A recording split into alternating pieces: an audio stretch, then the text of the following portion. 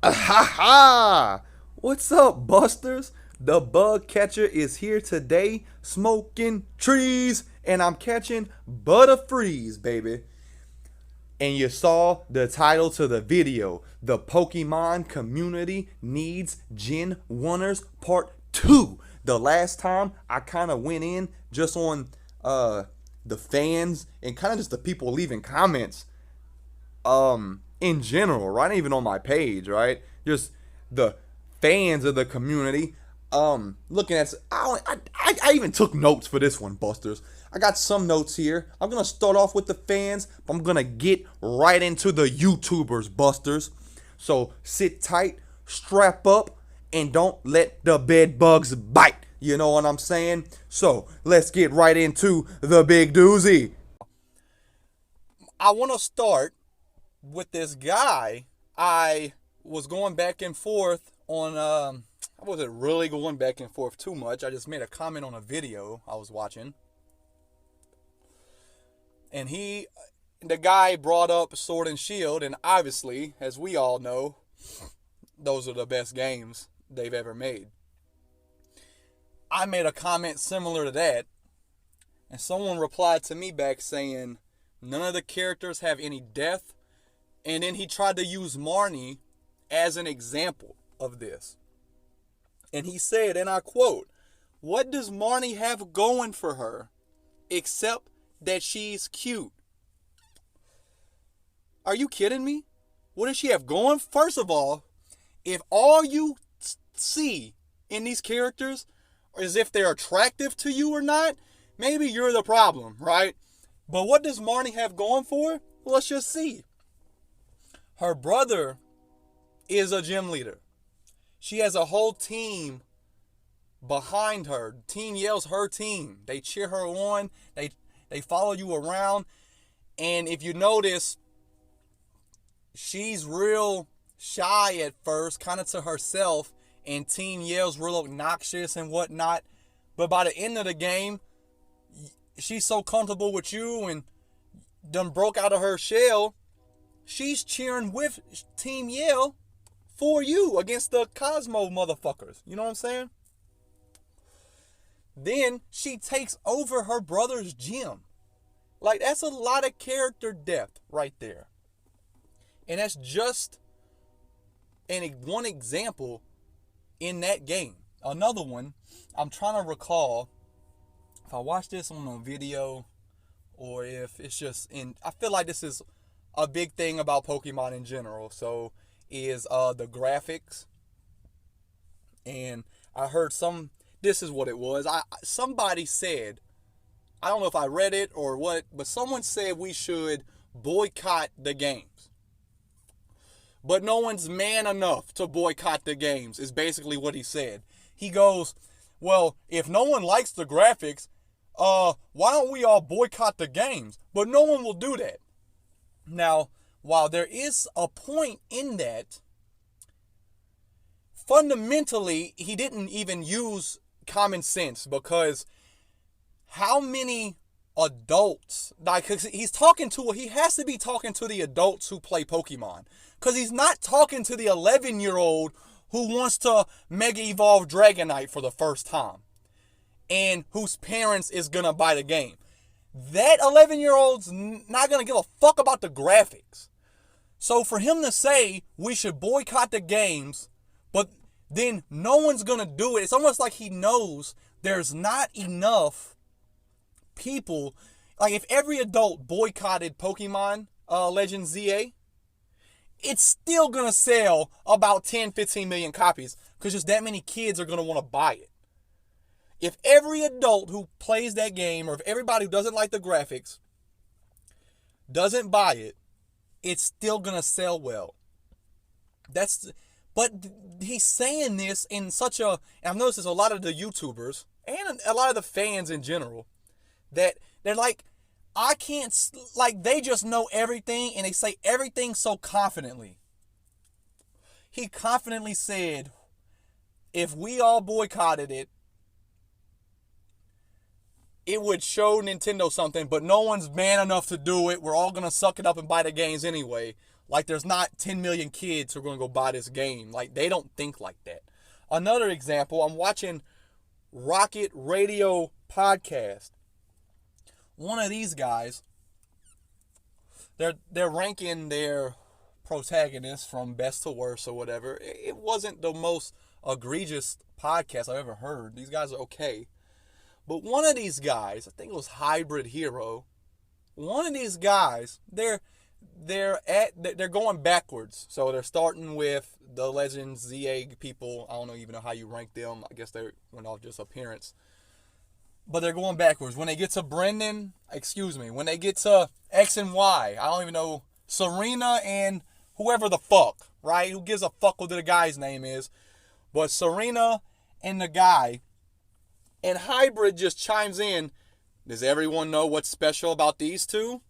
And everyone's looking.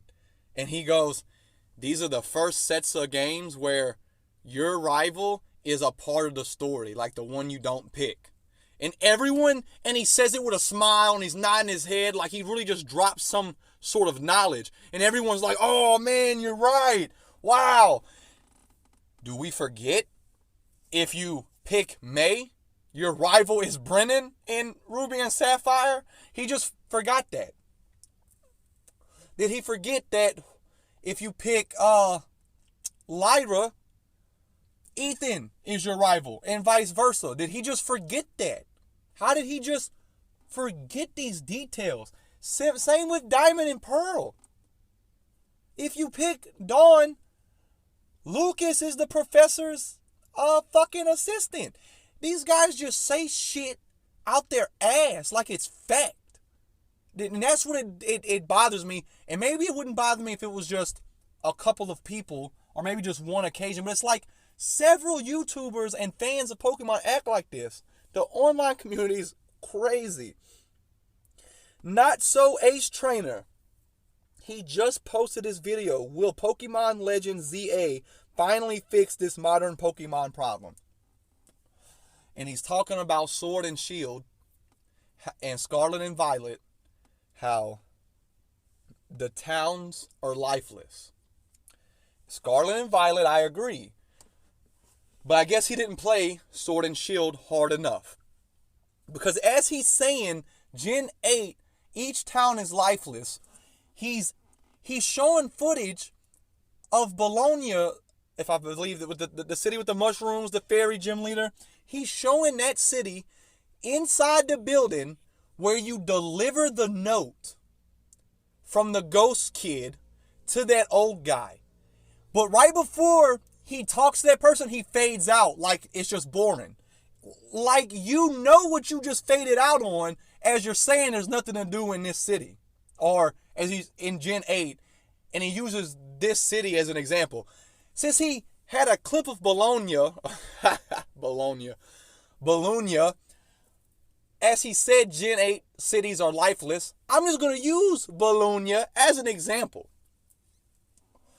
Of course the gym's there. Some people might not like that I'm bringing the gym up, but some cities don't have gyms, so it's something to do in this city. Fuck bags. The gym's there. You can deliver the note. You can battle the trainer for the Eviolite. You can dress a certain way in all pink or something for that one lady. 1, 2, 3. There's something else you can do there. It's escaping me at the moment. Turf field. There's the puzzle. The gym badge guy there's Milo is there. They got the puzzle to get the expert belt. Sonya shows you there's some backstory in that city with Sonya. You go back to that city after your bike. You go back to turf field after you get your bike. Can go on water. You can find a wild crocodile or whatever the fuck, level 50 in the water. And there's some items over there, like in turf field, behind the way.